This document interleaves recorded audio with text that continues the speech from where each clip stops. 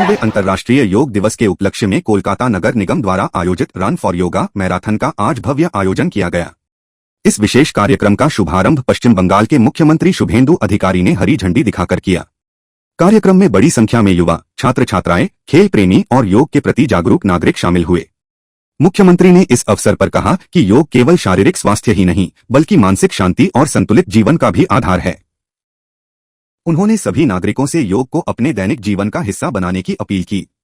कोलकाता नगर निगम की ओर से आयोजित इस मैराथन का उद्देश्य आगामी अंतर्राष्ट्रीय योग दिवस के प्रति लोगों में जागरूकता बढ़ाना और स्वस्थ जीवन शैली को बढ़ावा देना है।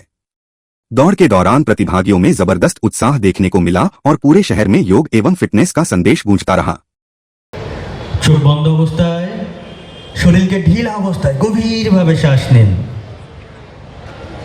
আবার ধীরে ধীরে শ্বাস ছাড়ুন। যখন শ্বাস নিচ্ছেন দেখুন ঠান্ডা বাতাস, প্রাণবায়ু আমার শরীরের মধ্যে প্রবেশ করছে, আমি যেন আরো উদ্দীপিত হচ্ছি। আর যখন শ্বাস ছাড়ছেন গরম বাতাস, দূষিত বাতাস শরীর থেকে বের হয়ে যাচ্ছে।